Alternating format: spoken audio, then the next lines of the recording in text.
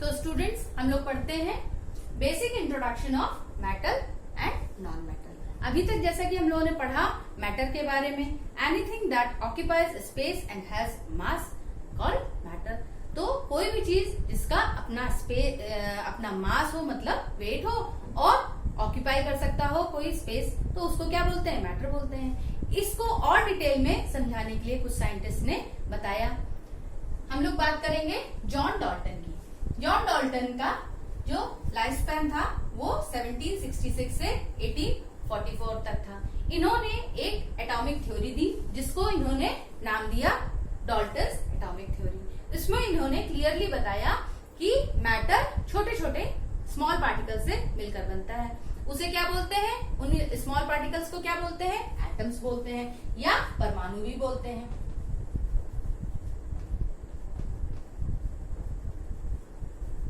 ठीक है, तो अब इस एटम का स्ट्रक्चर क्या होता है, किस तरीके का होता है, तो इसके बारे में नील बोर नाम के एक साइंटिस्ट थे जिनका लाइफ स्पैन 1885 से 1962 तक था। इन्होंने थोड़ा बहुत जानकारी ये दे पाए एटम के स्ट्रक्चर के बारे में। इनके अकॉर्डिंग क्या था कि एटम का स्ट्रक्चर स्फेरिकल था, यानी कि गोल था। बीच में एक न्यूक्लियस था और न्यूक्लियस के चारों तरफ कई सारी ऑर्बिट्स थी, शेल्स थी, मतलब रिंग्स थे। तो उन रिंग्स को क्या बोलते थे? शेल बोलते हैं या ऑर्बिट्स बोलते हैं। और जो लास्ट शेल होती है उसे वैलेंस शेल बोलते हैं। फिर इन्होंने ये भी बताया कि जो एटम होता है वो 3 सब एटॉमिक पार्टिकल से मिलकर बनता है। वो 3 एटॉमिक सब पार्टिकल्स कौन कौन से होते हैं? इलेक्ट्रॉन, प्रोटॉन और न्यूट्रॉन। इलेक्ट्रॉन पे नेगेटिव चार्ज होता है, प्रोटॉन पे पॉजिटिव चार्ज होता है और न्यूट्रॉन पे नो चार्ज यानी कि न्यूट्रल होता है। ठीक है स्टूडेंट्स, अब हम लोग देखते हैं कि प्रोटॉन, न्यूट्रॉन और इलेक्ट्रॉन कहाँ पे होते हैं ये एटम के स्ट्रक्चर में। तो ये हम लोग देख पा रहे हैं कि न्यूक्लियस में प्रोटॉन और न्यूट्रॉन होते हैं और जो रिंग्स होती हैं इनमें इलेक्ट्रॉन होते हैं। ठीक है स्टूडेंट्स, नाउ एक क्वेश्चन पूछा जाता है कि what is the charge on atom. Charge क्या होता है एटम पे?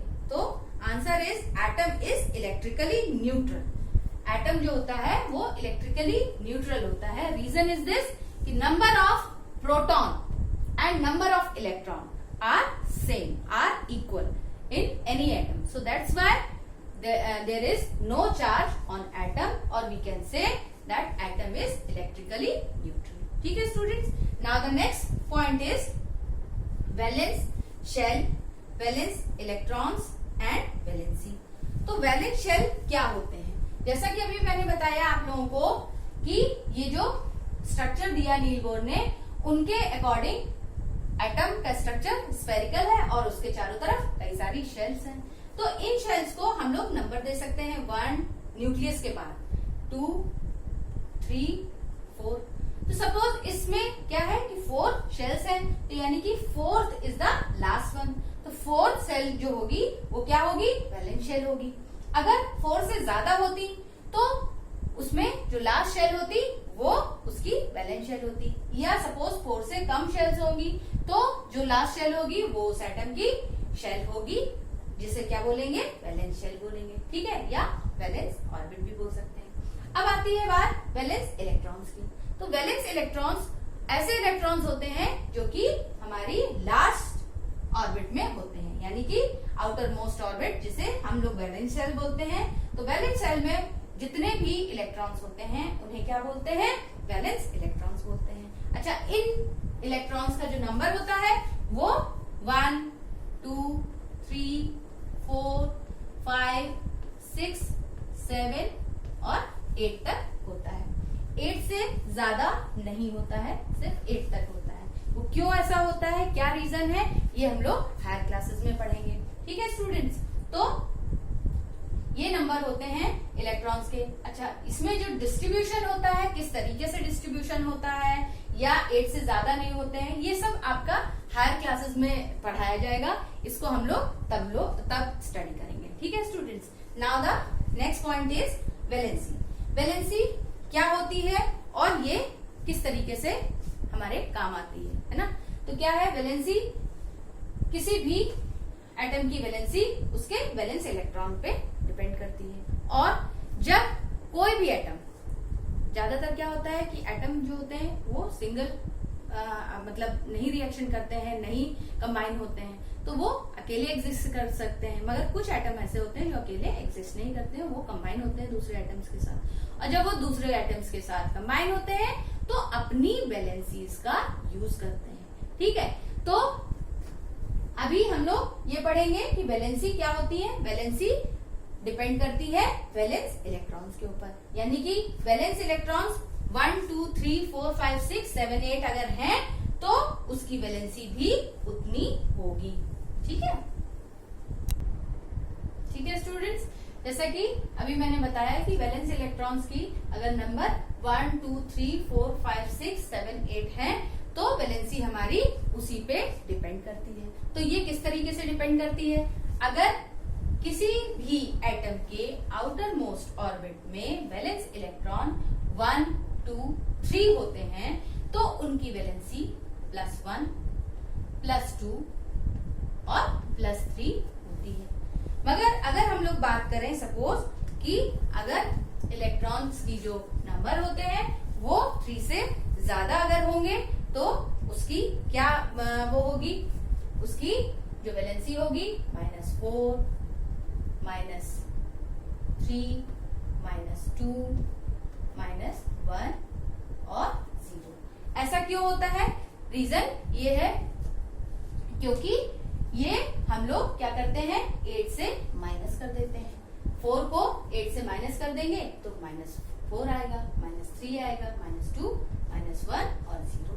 तो ये इस वजह से होता है स्टूडेंट्स, क्योंकि 8 से ही क्यों करते हैं, जैसा कि मैंने अभी आपको बताया कि वैलेंस इलेक्ट्रॉन का जो नंबर होता है वो 8 तक ही होता है, 8 से ज्यादा नहीं होता है, इसीलिए हम लोग 8 से इसको माइनस करते हैं। ठीक है, और जीरो वाली जो जीरो वैलेंसी वाले हम लोग एटम पढ़ेंगे वो किस में आते हैं, नोबल गैसेस में आते हैं, इनर्ट गैसेस भी बोलते हैं।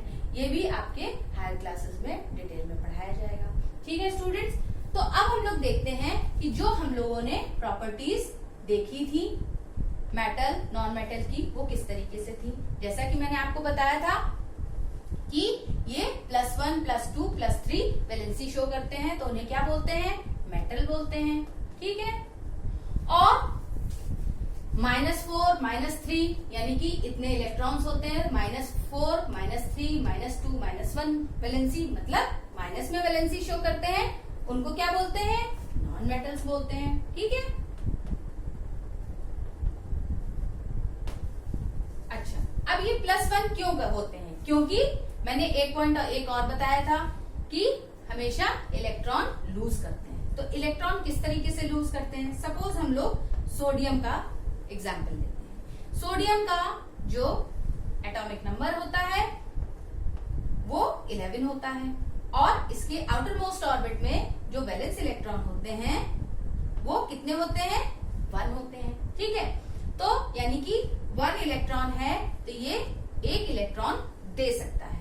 तो 1 इलेक्ट्रॉन जब देता है तो सोडियम के ऊपर प्लस चार्ज आ जाता है। ठीक है स्टूडेंट्स, इसी तरीके से मैग्नीशियम भी, इसके आउटर मोस्ट मतलब बैलेंस इलेक्ट्रॉन इसमें कितने होते हैं, 2 होते हैं। तो यानी कि 2 इलेक्ट्रॉन ये दे सकता है। तो इसी पे Mg+2 चार्ज हो जाता है, इसीलिए इनको इलेक्ट्रो पॉजिटिव आयंस भी बोला जाता है। ठीक है, क्योंकि इन पे पॉजिटिव चार्जेस होते हैं।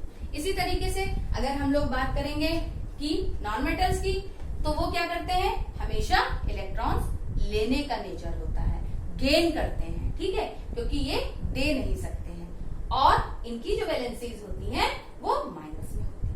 ये चीज प्रूफ हो गई ना कि +1 +2 +3 यानी कि प्लस में वैलेंसीज होती हैं, इलेक्ट्रॉन्स देते हैं ये हमेशा, और इनके जो आउटर मोस्ट ऑर्बिट्स होते हैं उनमें 1 2 3 इलेक्ट्रॉन्स होते हैं। यानी कि वैलेंस शेल में वैलेंस इलेक्ट्रॉन्स कितने होते हैं, 1 2 3 होते हैं। नॉन मेटल्स में इलेक्ट्रॉन्स कितने होते हैं, 4 5 6 7 तक ही होते हैं। जैसा कि मैंने अभी 8 के बारे में आपको क्या बताया, नोबल गैसेस के बारे में होते हैं। तो इसीलिए नॉन मेटल्स में कितने इलेक्ट्रॉन्स होते हैं? 4 to 7, जो कि मैंने आपको पहले बताया था। और इस तरीके से ये इलेक्ट्रॉन का मतलब लूज करते हैं। ठीक है स्टूडेंट्स, नाउ अब हम लोग देखेंगे कि वैलेंसी किस तरीके से वैलेंसी का यूज होता है। तो जब एक एटम दूसरे एटम के साथ कंबाइन करता है तो वो अपनी वैलेंसीज एक्सचेंज करते हैं। इसी तरीके से अगर हम लोग बात करें मेटल्स और नॉन मेटल्स की, तो मेटल और नॉन मेटल जब कंबाइन होते हैं तो क्या करते हैं? दे एक्सचेंज देयर वैलेंसीज। ठीक है, तो वैलेंसी को वो एक्सचेंज करते हैं। तो जैसे कोई मेटल ले लेते हैं, यानी कि सोडियम ही ले लेते हैं, तो सोडियम की वैलेंसी कितनी होती है? +1। और क्लोराइड ले लेते हैं, उसकी वैलेंसी क्या होती है? -1। तो जब ये रिएक्ट करते हैं तो क्या होता है? सोडियम को सोडियम लिख दिया, क्लोराइड की जगह क्लोराइड लिख दिया, और इनकी वैलेंसीज किस तरीके से इंटरचेंज होंगी? यानी कि +1 और -1, यानी कि यहाँ पे 1 और यहाँ पे 1 ऐसा लिखें। तो ऐसा जरूरी नहीं है कि 1 हम लोग लिखें, इसलिए हम लोग सीधे सीधे NaCl भी लिख सकते हैं। इसी तरीके से एग्जाम्पल हम लोग दूसरा देखते हैं। सपोज हम लोग बात करते हैं Mg, जिसकी वैलेंसी होती है 2+, और ऑक्सीजन जिसकी भी वैलेंसी होती है 2-।